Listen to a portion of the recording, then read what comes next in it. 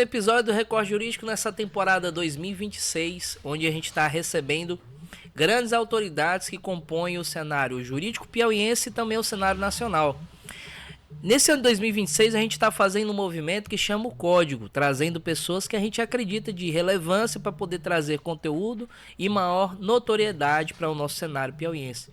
E nesse momento a gente recebe te falar, viu? Para nós é uma honra estar recebendo ele hoje no Recorte Jurídico, o professor Alexandre Veloso. Meu irmão, seja bem-vindo. Obrigado, querido. Obrigado pelo convite, um abraço a todos. Tá? E é um prazer enorme estar aqui com vocês. Para começar, eu queria falar sobre trajetória e depois a gente entra no tema aqui que eu separei para nós hoje, que são crimes não violentos, né? Vamos começar por trajetória. Você tava falando off aí, começou em 97? Isso é advocacia, né? Mas antes disso a gente segue uma longa jornada de ensino básico, né? E eu tive uma situação na minha vida inusitada, né? Porque eu iniciei... Meus pais são piauienses, né? Meu pai é de uma pequena cidade chamada Conceição do Canindé e a minha mãe, o meu avô, minha mãe também é de Palmeirais. E aí o meu pai, por questões familiares, históricos de família, se torna prefeito de uma pequena da cidade de Conceição do Canindé e eu estudei na escola pública até a quinta série. Né? O período que ele foi gestor, que foi de 76 a 82, o primeiro mandato dele. E aí eu estudei lá. Depois eu vim para cá. Aí passei por alguns colégios, dentre eles o Dom Barreto, onde hoje meus filhos todos estudam lá. Um colégio que eu gosto, admiro e gosto muito do perfil. E fiz vestibular e fui aprovado em Recife. E a minha base, digamos, meus princípios filosóficos e sociológicos, juridicamente falando, todos foram embasados na minha formação inicial. E eu agradeço muito à Universidade Católica de Pernambuco, quem contribuiu muito para que eu sedimentasse esse entendimento e eu tivesse, sem nenhuma soberba, essa visão multidisciplinar que eu possuo. Porque há muito tempo já se falava nessa necessidade de uma visão multidisciplinar para quem quer ser advogado. E eu sempre, desde que iniciei a minha graduação, eu desejava ser advogado. É fato que concluo meu curso em 96, 2, né? Lá tinha semestres, né? Volto para o Piauí. Tinha até algumas propostas para ficar em Recife, mas o Piauí é apaixonante, não dá para você ficar longe dessa terra maravilhosa, né? E retorno, me submeto ao exame de ordem e já inicio uma pós-graduação na UAB, em parceria com a Universidade Federal de Santa Catarina, onde era sobre processo civil. Até então ainda não tinha uma identificação de que linha iria seguir, né? Mas sabia que seria advogado. Posteriormente a isso eu fiz a Escola Superior de Magistratura, aqui no Piauí também, uma escola também muito, muito importante, né? E sigo a trilha de advogado. E como a gente sempre começa, né? Fazendo um pouco de tudo, até mesmo porque eu acho importante o advogado júnior, o advogado que inicia a carreira, fazer um pouco de tudo. Porque essa visão multidisciplinar, ela não basta ser teórica, ela tem que ser na prática. Você tem que ter as vicissitudes da vida e as dificuldades do cliente. E aí faz um pouquinho de trabalhista, um pouquinho de penal, um pouquinho de civil. Então vai miscigenando e aqueles princípios vão enraizando na sua mente, vão sedimentando, vão se cristalizando. E com o passar do tempo você começa a ter uma base filosófica, sociológica muito forte, até para você raciocinar melhor, para você definir a melhor peça, a melhor estratégia, o momento de agir. E o que lhe gera isso com efeito secundário, que é muito importante para o advogado, inteligência emocional. Advogado que não tem inteligência emocional não sobrevive no mercado, porque a gente vive numa gangorra. Você é uma oscilação frequente. Não existe monotonia na advocacia. A advocacia é uma atividade dinâmica e apaixonante. Tá? Eu me identifico demais com a advocacia, como eu lhe disse, desde 97 que eu advogo. Teve um tempo que eu fugi um pouco dos meus princípios, que eu fui consultor jurídico do Tribunal de Justiça por 12 anos, né? Tive o prazer de assessorar o desembargador Edvaldo Moura por esse período, tá? E aí resolvi voltar para a advocacia. Foi um problema, porque ele não queria que eu saísse, né? Eu pedia para sair, ele não deixava, eu protocolava, ele tornava sem efeito. Aí uma vez eu protocolei e sumi. Ele ficou meio chateado comigo, mas depois ele entendeu. É uma pessoa que eu admiro, eu acho um grande penalista, um cara Sim. fora da curva, né? E quando eu saio do tribunal, eu sedimento a minha advocacia na área criminal, porque isso, eu pulei um pouco a etapa aqui, mas eu vou corrigir. Paralelamente a isso, eu também fui professor. Minha mãe é professora e é uma pessoa que eu admiro, meus pais, eu admiro muito meu pai, admiro muito minha mãe, a minha família como um todo, né? E eu começo a dar aula. Fiz um processo seletivo na UESP, fui reprovado 2 vezes, passei na 3ª vez, que eu queria ser professor, eu fui insistente, era professor substituto. E aí,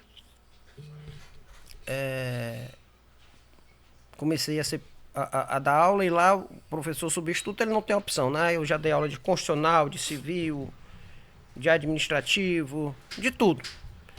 E aí eu cheguei a ser coordenador do curso de Direito, porque era professor substituto, mas já fiquei lá por 8 anos, aproximadamente. E aí foi que eu não podia dar aula de penal. Eu só consegui dar aula de processo penal, quando eu passei num processo seletivo no CEUT. E aí eu fiz a prova para professor de Direito Penal. E logo após eu passei também num processo seletivo na Unesc, depois na Santo Agostinho. Aí depois já fui como professor convidado para Camilo Filho, depois fui como provedor convidado para a Nova FAP. E passei aí por volta de 17 anos ministrando aula de penal e processo penal. E quando eu saí do tribunal, eu já tinha esse link de contato com o direito penal e processo penal, que sempre foi a minha paixão. Sim. Né? E aí eu saio do tribunal e venho para a advocacia, tá? Mas eu não comecei na advocacia criminal, eu comecei na advocacia administrativa, mais vinculada a direito público municipal, né? Para começar a abrir os espaços. Porque o meu foco de trabalho é o direito penal não violento, tá? Eu tenho alguns princípios, alguns valores, né? Em que tenho resistências. Eu sei que todo mundo precisa de defesa, que é necessária a defesa, mas eu tenho alguns valores com crimes violentos, tá? Então, hoje eu sou sócio do Escritório Veloso Dourado, né? E lá a nossa parte criminal que eu coordeno, né? A parte do direito municipal quem coordena é o meu sócio, o Madison Dourado. Ela é focada exatamente nesses crimes não violentos, crimes contra a administração pública, sistema financeiro, crimes eleitorais, crimes licitatórios, estelionatos, enfim, crimes onde não há emprego nem de violência nem de grave ameaça. Vamos começar por aí. Quais são os crimes mais comuns hoje, vamos dizer assim, os hypados desses crimes não violentos? E como é que você vê a importância da defesa desses crimes? O crime mais hypado hoje, não violento, mas que eu não trabalho também, porque eu acho que existe uma violência social muito forte, é o tráfico de drogas, né? Embora seja um crime que não existe uma violência direta, efetiva, mas existe ele gera uma violência tangencial. Aí você pode me dizer, pô, Alexandre, você está sendo contraditório, porque quando você faz a advocacia de crime contra a administração, que aí também tem um crime hypado, que é o peculato, que é a fraude em licitação, que é a associação criminosa, que é a lavagem de dinheiro, isso também traz consequências muito fortes, porque esse dinheiro deixa de ser aplicado no poder público. Sim. E isso gera também desequilíbrio social, isso também gera uma violência indireta. Mas eu vejo que uma coisa é bem diferente da outra. É aquela brincadeirinha, né? Uma coisa é uma coisa, outra coisa é outra coisa. Sim. Porque muitos casos desses supostos crimes de peculato são frutos não de dolo, não há conduta deliberada, tá? Porque não existe propriamente nem o peculato praticado pelo gestor. Às vezes existe uma falha num processo licitatório, tá? Uma falha até formal, ou até mesmo uma falha material, mas não houve ele às vezes nem participa, ele nem sabe o que aconteceu, tá? Os crimes contra a administração geralmente são crimes complexos, então se passa por várias pessoas. O gestor, ele está ali para fazer gestão e para fazer política. Então, em grande parte dos casos, o que é que ele faz? Ele assina o contrato, ele homologa e adjudica, mas ele não tem tempo de ler. Ele não consegue ler o que está ali. E se quer imputar toda a responsabilidade criminal ao gestor. E o que me causa espécie é porque em grande parte dessas operações, isso não é só coincidência, mas o aparelhamento judicial estatal, me perdoe a crítica, mas é uma crítica construtiva, como Sim. o próprio Ministério Público, eles estabeleceram uma premissa que eu brinco, eu chamo de quarteto fantástico. Porque toda a investigação que envolve o gestor tem, lá, 4 crimes, que é o que eu acabei de citar, que é a lavagem, o peculato, a corrupção, a corrupção, aí vem lavagem de capitais e organização criminosa. Em quase todas as operações, e eu estou usando o quase, porque eu não uso expressão nem sempre, eu não gosto de usar a expressão sempre e nunca, né? Sim. Mas em quase todas as operações tem esse quarteto fantástico. E quando se vai apurar os fatos e que se vem uma sentença penal ao final da investigação, em grande parte delas, pelo menos as que a gente acompanha, a gente consegue uma absolvição direta ou indireta, né? Porque o peculato ele tem uma pena de 2 a 12 anos e a via de regra essa pena vai ter que ser, ela tem que ser iniciada no mínimo legal, porque tem que aplicar o sistema trifásico, né? Lá do famoso Nelson Hungria, que inicia com a análise do artigo 59, depois que as circunstâncias judiciais, depois vai para o 61, depois vai para o 61, 62, 65, 66, que é a questão da atenuantes e agravantes, e por fim vai para as causas de aumento de pena e diminuição de pena. E aí a pena vai ficar lá gravitando entre 3 e 4 anos e deve ser analisado o artigo 44 para substituir a pena por prestação de serviço à comunidade. Perfeito. Ou melhor, por pena restritiva de direito, me perdoe. Dentre elas, a prestação de serviço à comunidade. Então gera uma absolvição indireta e eu acho que às vezes uma punição para que se preste serviço, ela é salutar, porque eu não sou abolicionista, mas eu não acredito que o sistema prisional seja apto, seja capaz de recuperar algum infrator. E grande parte desses casos a gente poderia solucionar de alguma forma, que é exatamente o que se tem hoje no Brasil, que é a inelegibilidade, né? Se aplica a inelegibilidade ali por 8 anos, etc. e tal.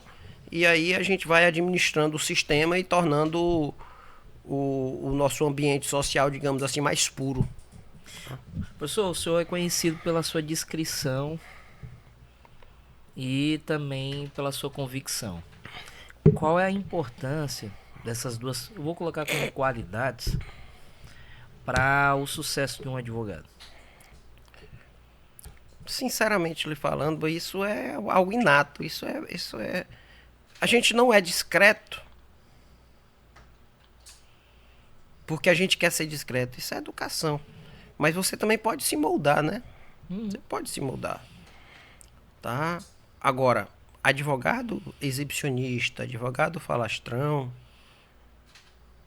é complicado, porque você está ali recebendo seu cliente, o escritório de advocacia é um confessionário. Ninguém precisa saber quem são seus clientes, quais são os problemas dos seus clientes, né? Obviamente que aqui e acolá você soltar algo num diálogo para um cliente é aceitável, né? Mas não é compreensível. Então você tem que ter muito cuidado com o que fala. Confesso que eu já errei também, tá? Embora eu fico feliz por essa sua observação, dessa descrição, tá? Mas não é só a descrição, tá? O que é essencial para um advogado ter um crescimento profissional, digamos assim, fora da curva? Primeiro, que eu acho essencial, boa educação. Você tem que ser um cara cordial, um cara que sabe falar, que sabe sair. E você não pode ser subserviente. Porque o advogado subserviente, ele não vai a lugar algum. Você tem que saber impor autoridade. Porque o advogado, ele é essencial à função da justiça, como magistrado, como Ministério Público, como o defensor público, mas você tem que saber se impor. Se você for subserviente, você não vai conseguir sequer ter respeito. Porque, infelizmente, o sistema é bruto. Além dessa questão da boa educação, de saber se portar, é imprescindível que a gente já tratou aqui, inteligência emocional. Você tem que saber aturar, saber suportar a pressão, saber Entender que ali às vezes você vai a um despacho, o próprio magistrado não está num bom dia, e você tem que entender, depois você volta para dialogar novamente. Tudo isso é uma construção, tá? E obviamente, ser parcimonioso, tá? Paciência e harmonia é essencial na vida de um ser humano, inclusive para o seu cotidiano, para a sua vida, tá? Então, são requisitos essenciais, mas tudo isso não serviria se você não tiver uma boa base jurídica, se você não construir ao longo da sua trajetória conhecimentos técnicos e que parece para alguns, principalmente iniciantes, bobos, como a leitura de uma boa filosofia jurídica, de uma boa sociologia jurídica, né? Se você não tiver conhecimentos filosóficos, sociológicos, você não consegue evoluir porque você não raciocina tão bem quanto, tá?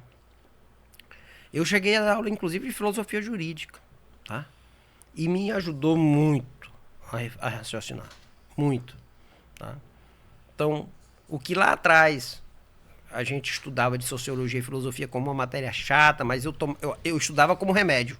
Hoje eu entendo a essencial, hoje eu leio, tá? Muito. E a leitura extrajurídica também é essencial, tá? Porque tem que ter cultura. Eu ia te falar isso aí. Tem que ter Isso cultura. até adiantou. Tá. A importância de estar se vinculando em outras matérias. Como é que você vê a importância do advogado ser um ser social? Porque não adianta só o cara estar lá dentro de onde ele precisa estar. Se é do tribunal, se é do TSE, se é do TRE. Até mesmo porque a gente não admite mais sociedade em casta, né? Exatamente. Não se admite mais sociedade em casta. Então, esse universo, obviamente, que você tem que transitar, mas você tem que ter conhecimentos, como eu acabei de falar desde o início, multidisciplinar, né? Não só a multidisciplinariedade jurídica, mas você tem que ler uma boa literatura, você tem que ver um bom filme, você tem que conhecer de tudo um pouco, inclusive de amenidades, você tem que entender como é que se joga um bom jogo. Por exemplo, futebol, você tem que entender como é que são as regras, né? Como é que está o esquema tático hoje, como é que é a pressão alta, a pressão baixa, as linhas, como é que se quebra as linhas, até porque em alguns ambientes que você vai chegar para conversar, as pessoas vão estar falando de um tema e que você tem que pelo menos se situar. Não é que você vai querer saber de tudo, porque isso é impossível. Aí você tem que ver o que você gosta, o que você curte, e aí você vai aprofundar. E todo mundo precisa de hobby, né? Todo mundo precisa ter um hobby na vida.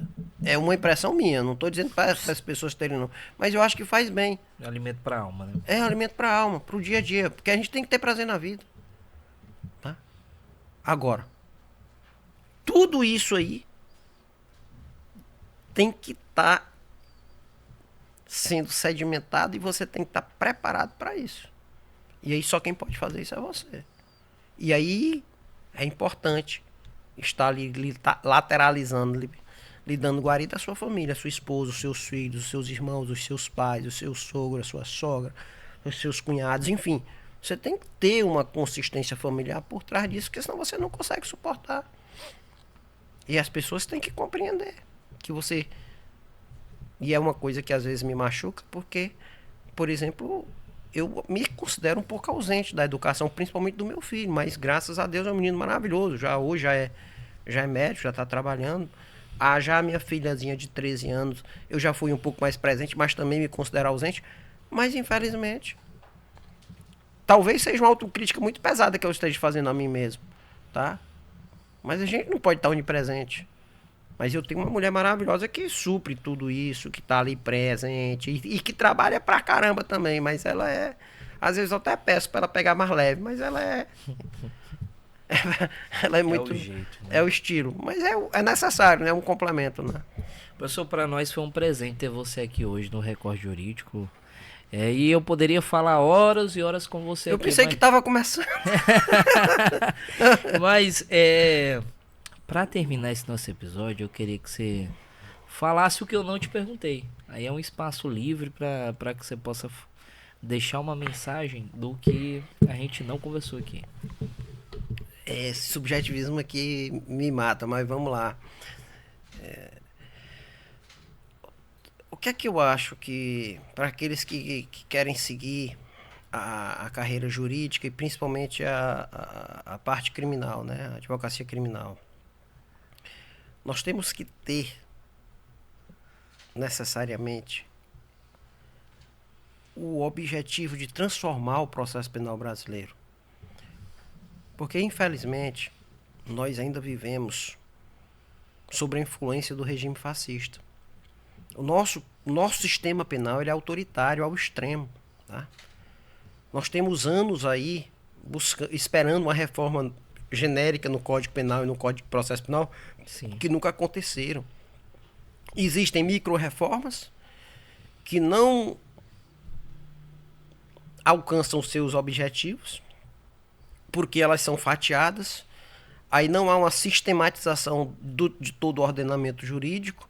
E aquela reforma que veio para tentar diminuir esse autoritarismo no processo penal, diminuir essas, digamos, facetas de autoritarismo, elas permanecem.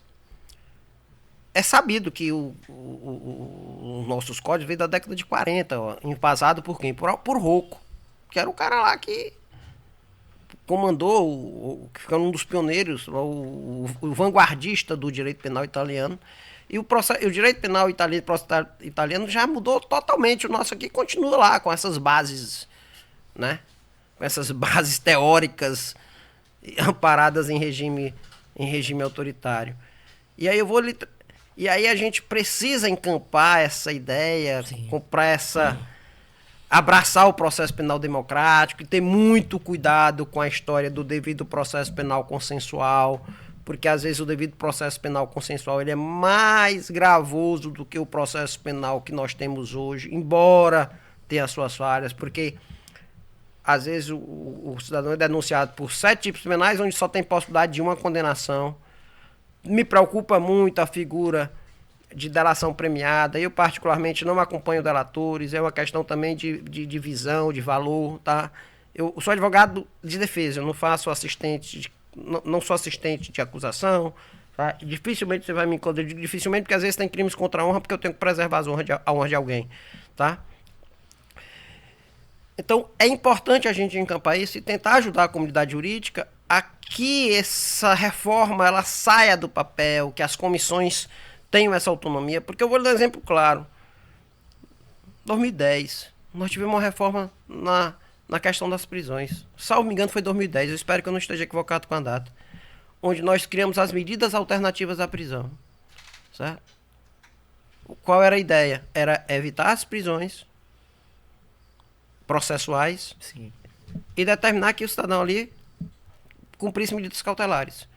Até aquela época, a gente conseguia revogação de prisão sem nenhuma consequência.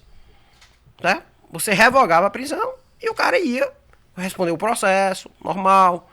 Né? Hoje, eu não me recordo de nenhuma revogação de prisão em que não tenha sido convertida em medidas cautelares. O regime se tornou mais gravoso do que era. E a ideia embrionária do legislador não era essa. Mas isso tudo é questão cultural. Tudo isso é questão cultural. E aí a gente tem que ter uma união de forças, Ministério Público, magistratura, a própria advocacia, tá? Para que a gente mude o Brasil. Tá? O Brasil precisa mudar. E não é só se questionar a política. Não é só se jogar pedra no político. É mudar principalmente a própria sociedade. A sociedade brasileira precisa amadurecer. Perfeito. E amadurecer rápido. Porque o sistema democrático já foi restabelecido há algumas décadas e a gente não está usufruindo disso, infelizmente. Bem, pessoal, esse foi o professor Alexandre Veloso. Professor, agradecer a sua participação aqui no programa, tá bom? Obrigado, querido, pelo convite. E o nosso voto de gratidão em nome de toda a equipe do Recorte Jurídico, tá bom? E para quem quer acompanhar sobre esses assuntos e mais assuntos, palestras que vão vir por aí, inclusive nós fizemos o convite para que o professor seja colunista fixo do portal, para que ele possa escrever algumas matérias no nosso portal. Então, para quem quer acompanhar mais o seu conteúdo, qual é a rede social que ele pode acessar? Veloso e Dourado, Sociedade de Advogados. Combinado. Então, para você que ficou até aí, desejar você compartilhar, curtir esse episódio, mandar para aquela pessoa que vai se inspirar nessa história aqui e seguir a sua trajetória na advocacia, tá bom? Você quer deixar alguma mensagem para o nosso público? Só agradecer a todos, tá? E principalmente a vocês pela oportunidade. Estou aberto a novos convites, tá? E se alguém tiver alguma dúvida, algum comentário, pode entrar lá no Instagram do escritório, mandar alguns directs que a gente faz um contato, responde, tá? E eu estou aberto, tá? Eu, como disse aqui, fui professor durante muito tempo e infelizmente eu parei de dar aula por questão de tempo, mas a paixão continua aqui enraizada e o fato de dialogar, de trocar informações, de aprender no dia a dia é essencial. Então eu estou aberto para a gente, caso queiram ir ao escritório, tomar um café, trocar informações, para que a gente evolua juntos, cresça juntos. Vocês estão todos convidados, nós estamos de porta aberta. A gente está sediado ali na rua Miosotes, 1100, próximo ao Gran Cru e próximo ao Favoritos Comidas Típicas, tá? Podem, se possível, agendem para evitar ficar aguardando, mas será um prazer recebê-los, tá bom? Um abraço. Um abraço, até o próximo episódio. Tchau, tchau. Tchau, tchau.